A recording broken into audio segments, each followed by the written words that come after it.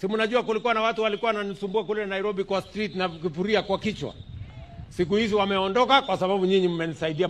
The other day you said to the people of Nakuru and Kakamega that the only worthy competitor you had was the late Raila Amolo Odinga. ETV Africa News at this hour. All right, thank you very much. My name is Anthony Karumba, of course the Deputy President, Vibe Tribe and Gen Z 001.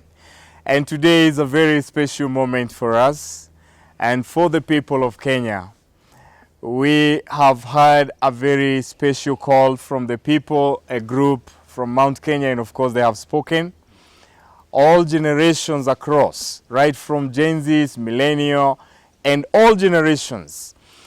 And in one accord, as we always know, the voice of the people is the voice of God.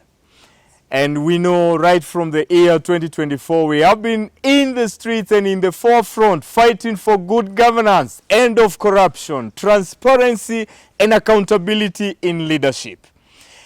And this is now 1 year plus some months, and we have not seen any difference from this administration. The people have spoken, and they have said it. This administration was formed by the people at the grassroots. The boda people, the mama boga, the people wale wa chini, makanga, and everybody else. And their frustrations from this administration is more than loud.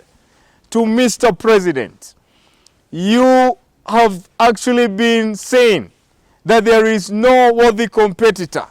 The other day you said to the people of Nakuru and Kakamega that the only worthy competitor you had was the late Raila Amolo Odinga. But good people of Kenya, I want to respond on behalf of the millions of Kenyans who felt angered by that statement.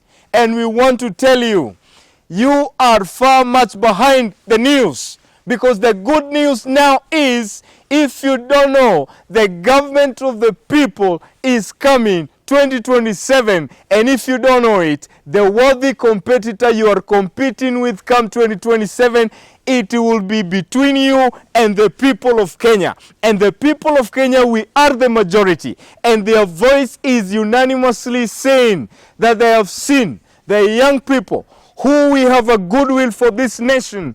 We are competent enough, and we are saying we are more than ready to take you home. I want to tell you, Mr. President, the other time you spoke and said, during Jamhuri Day, was it Mashujaa?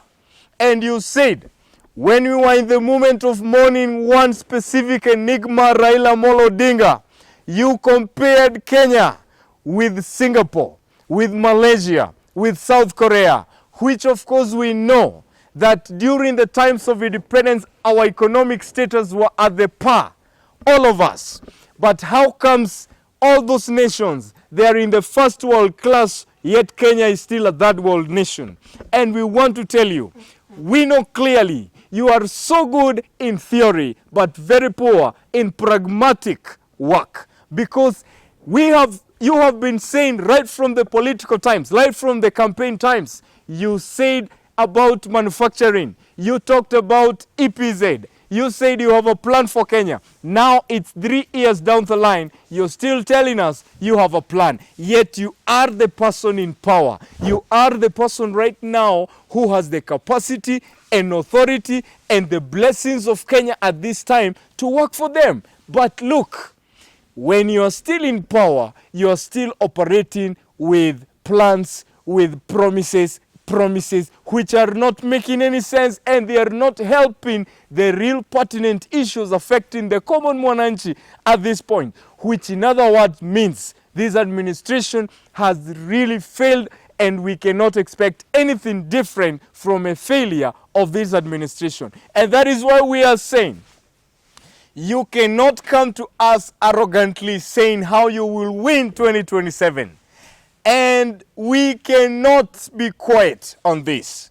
We will tell you, you keep them chesting yourself. And we as Kenyans, we will organize, we will strategize, and we will have a structure. And our structure have just right from this moment begun. Come 2027, be ready. We are facing you in the ballot. You know very well we gave you a challenge in the streets, but you responded to us with violence, with brutality, and a lot of our heroes who went to the ground, who went to the grave, and their blood up to date still cries for justice, which they have never gotten. But we want to promise the people of Kenya, Kenyans, rise up, because a new dawn is coming, and a new dawn of fresh, visionary, young, and people with a goodwill for Kenya. And we want to tell you, if Kenya is to get out of a third world class to a first world class, then this is about time we support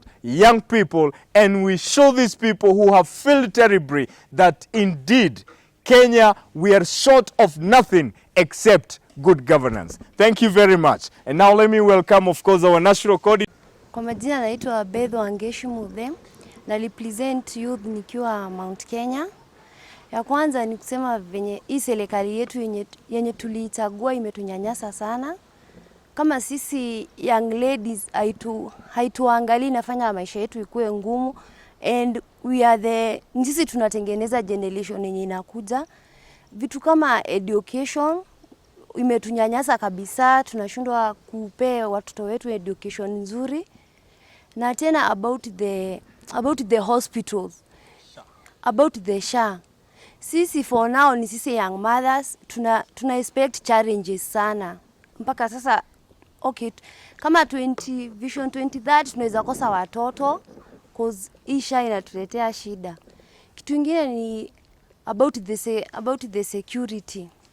Na sasa ndio sisi tukaonelea kama Vibe Tribe tuwaunge mkono cause wako na vision na manifesto yao itatusaidia.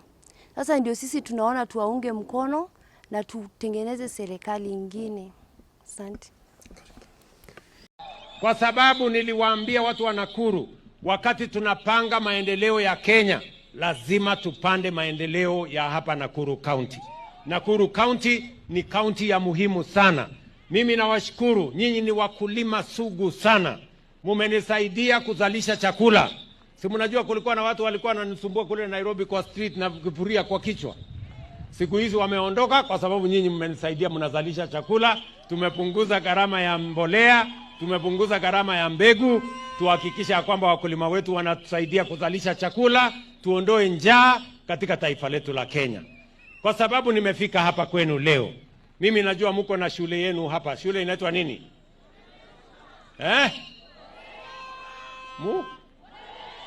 Murereshwa. Hiyo shule yenu ya Murereshwa, nimeambiwa kuna dormitory hapo, haitoshi wasichana wetu. Kwa hivyo mimi nampatia huyu mbunge wetu Bwana Madam Wangare